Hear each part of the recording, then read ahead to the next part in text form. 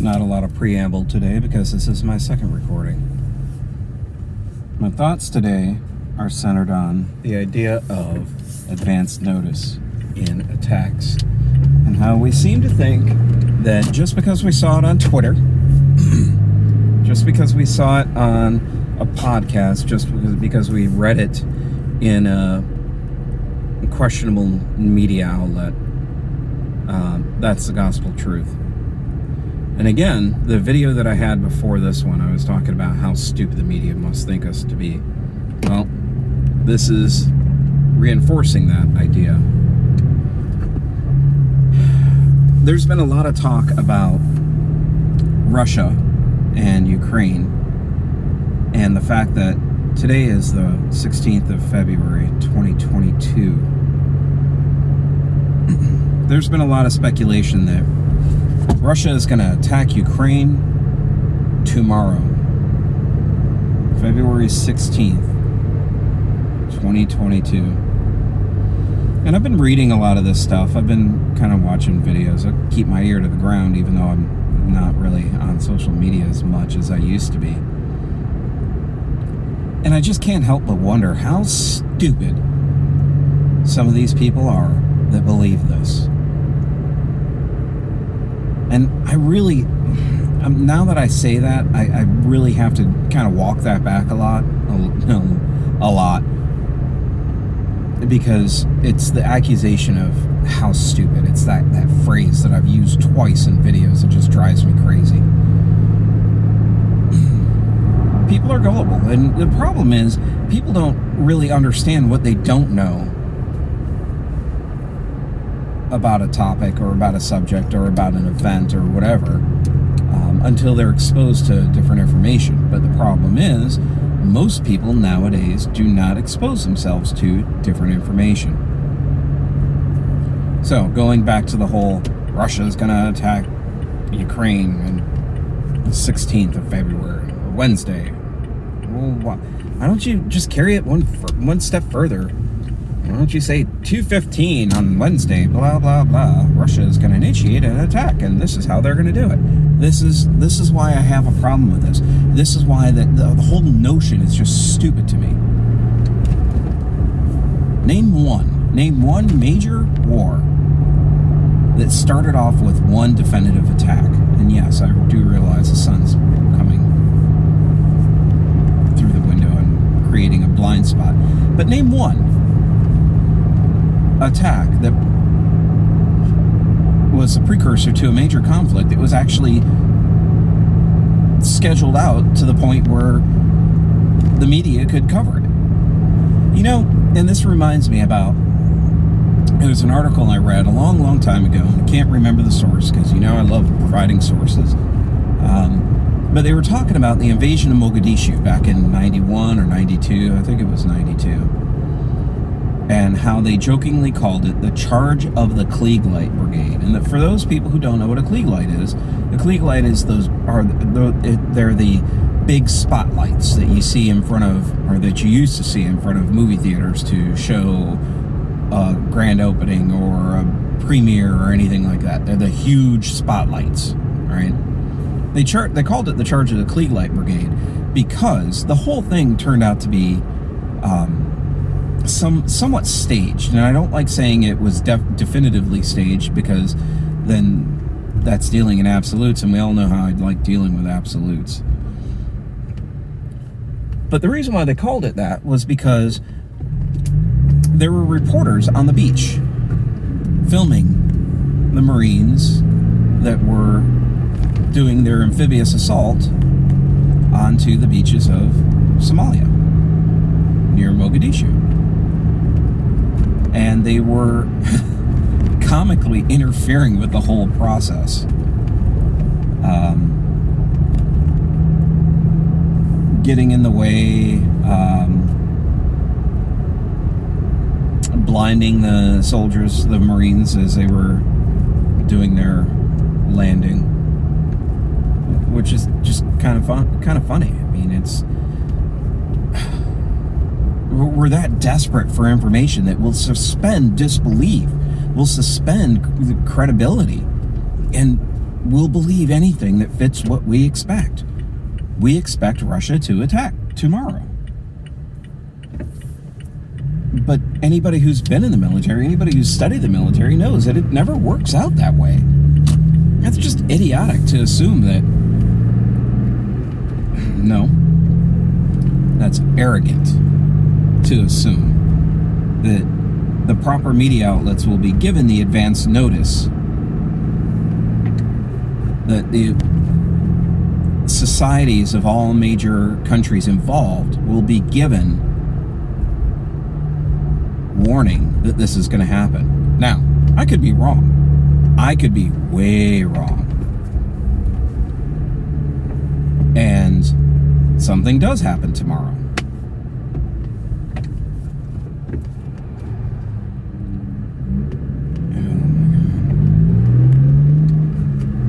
And I like being wrong. I really, really enjoy being wrong. I'm not like a lot of these, I'm not like a lot of people. If I'm wrong, I'm wrong. I don't like it. It's still going to hurt my ego a little bit.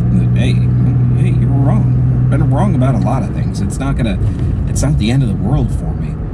And in some things like this, I'm really kind of hopeful that I'm wrong. No. In this sense, I hope that I kind of hope that I'm not wrong, because my premise is that there's going to be an attack tomorrow by Russia on Ukraine. This makes me just feel dumber for even talking about it.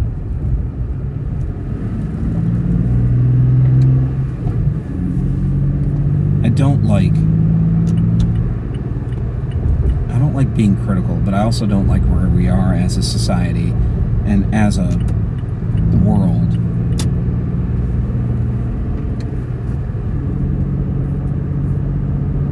That we want to take everything in very convenient spoonfuls. We want everything to be pre-digested, pre-packaged, pre-processed. We don't want to stretch our minds to understand something bigger than us. And that's the generalization. I don't think things in Russia are going to pan out like we think that they are, like we want them, like we understand them, like we expect them to pan out. And maybe it's the curse of expectations. The curse of expectations in a society of immediate gratification. Because what happens when we're wrong? People are just going to forget that, you had all these people that were screaming about it. Are the major networks or major newspapers, are they going to issue retractions? Are they going to highlight the fact that they were wrong about something, that they got everybody all freaked out about nothing? Nope. No. Give you another example. Recently, the Air Force just paid out a whole bunch of money because they were wrong. They were wrong, and they were, what was the word I used? Incompetent, yes. Because the Sutherland Springs shooter, the guy that went through the church and killed like 26 people, shot a whole bunch of people. I was going to write about this, and it turned out to be wrong. My whole idea was wrong, and I'll give you an example why. So I was attacking it from the premise that I've read about that, and I think it was a tragedy. It was something that never should have happened, because that deranged individual should have never been allowed to own a firearm. He had domestic violence charges against him. He had a bad conduct discharge from the Air Force. He should not have been able to buy a firearm. But he did, because they didn't do their jobs. They didn't file the information accordingly. So when he applied and when his NICS check went through, it never showed up. None of that stuff ever showed. Tragedy, right? But as I was reading the article, they said that, and this is the Washington Post, it said that he fled the scene and died of a self-inflicted gunshot wound. And this is Washington Post. And maybe I'll go back and write this, maybe I won't. But that's not the whole story. They were really quick to say, this deranged veteran, because I always like to put deranged veteran or veteran with problems, or they paint us to be bad people. We're not bad people. I would be saying everybody's a bad person. Well, everybody's not a bad person. You have some individuals that are just flawed. You have some individuals that are just deranged or just broken, just psychotic. But that doesn't mean that everybody is. But anyway, said that he drove off and he died of a self-inflicted gunshot wound. Well, that's a partial truth. The whole truth is that while the shooting was going on, a neighbor heard the shots and grabbed his AR and went to the sound of the gunshots. When he saw the guy fleeing, he flagged somebody in a pickup truck down, and no. He engaged the shooter. He wounded him. I think he hit him in the arm, chest, arm, side, and leg. Wounded him. And that's why he broke off the attack. That's why he stopped shooting up the church, got in his car, and he drove away. Well, the responder and the commandeered pickup truck followed him 70-mile-an-hour trace, and the shooter lost control of his car or his vehicle, and crashed. And because he knew that all sorts of hate was going to be following him, all sorts of retribution, he shot himself. Okay. But the funny thing is Wikipedia got that right. At least for now. Wikipedia got that right. That's kind of amazing to me. But the Washington Post has not gotten it right.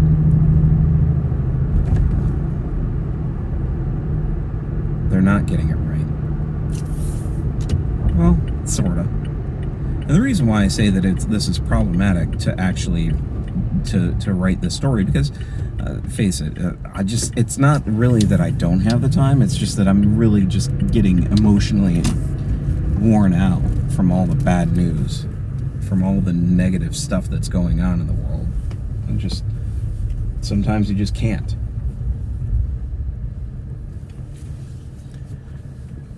But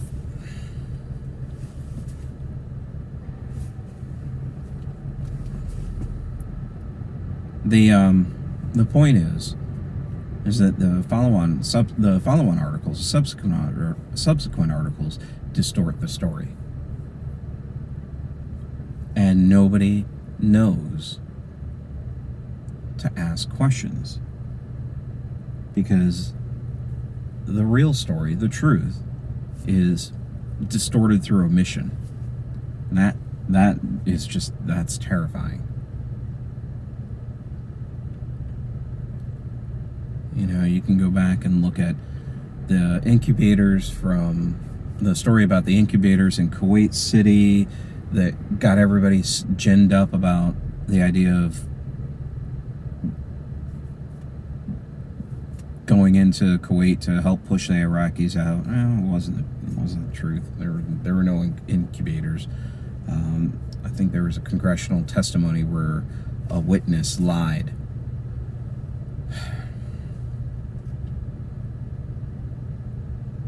And that's what really is truly disturbing, because while we have all this information accessible, we have these wonderful devices, we have this global network of information. We also have this global network of misinformation. We have this global network of disinformation.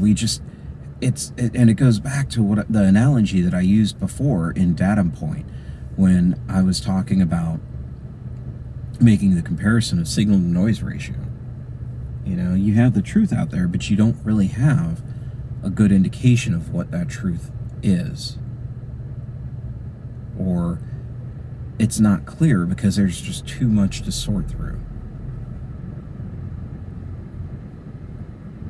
So with Ukraine, I don't know. I really hope that it doesn't go the way that the predictions, projections, anticipation is.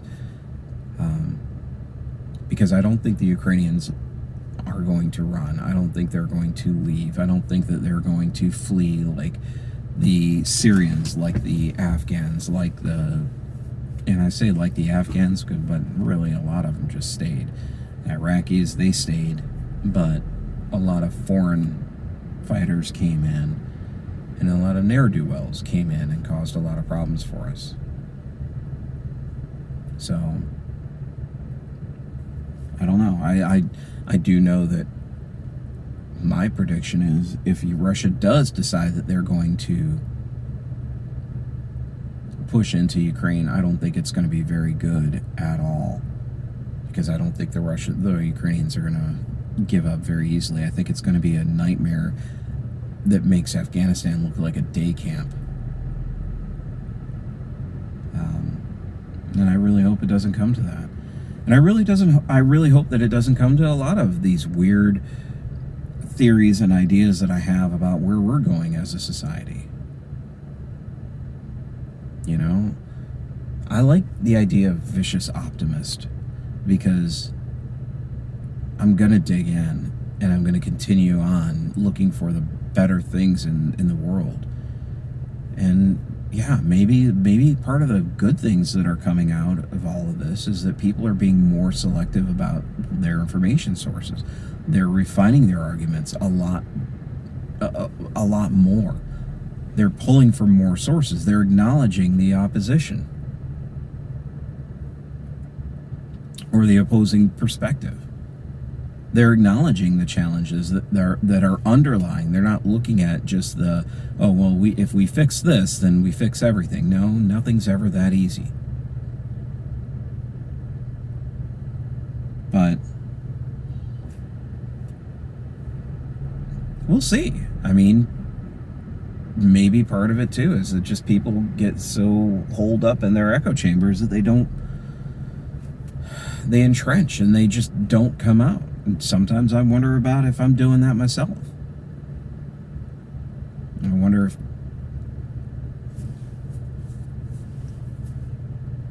I'm being very cautious about where I'm pulling my information from, and that it's reinforcing my expectations and my biases.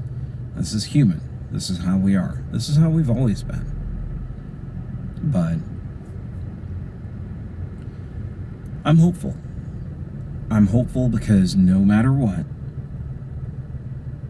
we're going to find a way to rise above the chaos that we create. We're going to find a way to remember that spirit that permeates all cultures and societies, that spirit of defiance against the odds, determination against adversity. And it's going to be painful, I'm not going to lie. It's going to be really hard for a lot of people to come to terms with the fact that, hey, you're responsible for yourself.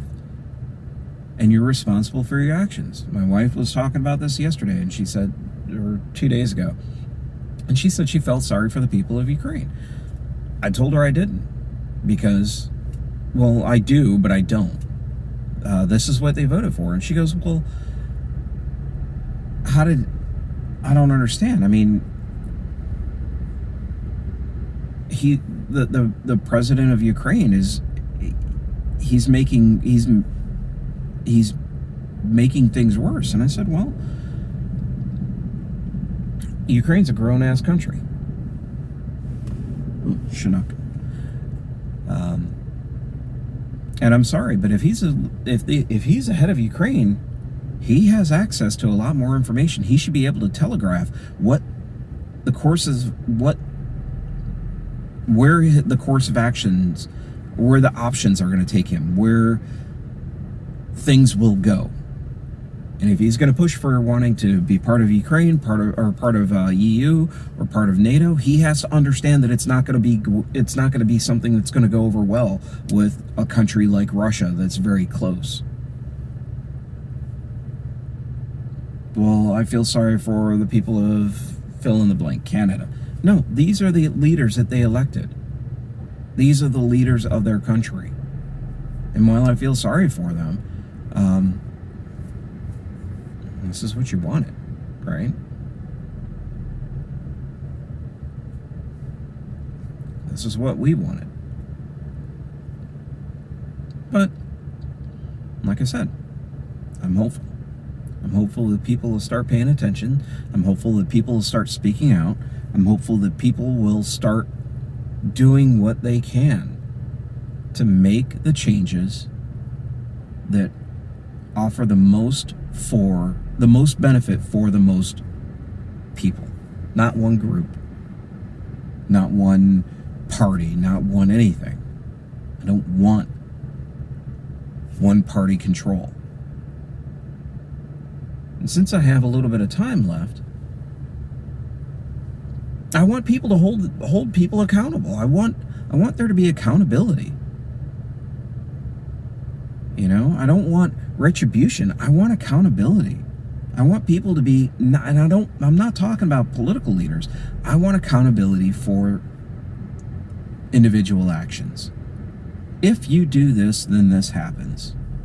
Acknowledge it, accept it, deal with it, move on.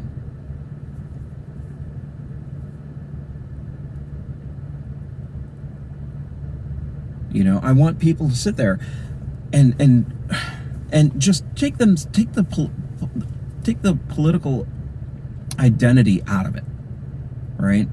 And ask themselves if they support one side or the other. Flip everything around and put this person in office.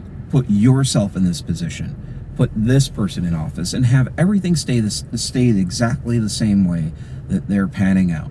Would they feel comfortable? Would they feel okay with it? Would they be out in the streets freaking out? You know, I remember there was a lot of Democrats that were sitting there criticizing the previous president and saying that they weren't going to take a vaccine that that was developed under his time in office. Then things switched and everyone just switched along with it. Right? They want to use the word fascist for the previous administration, but not for this administration. Not for the violation of rights. Not for the surveillance. Flip it around. Flip it around and ask yourself, if the laws, if the behavior, if the actions that you're doing were being done to you, how would you feel? If you don't like the answer,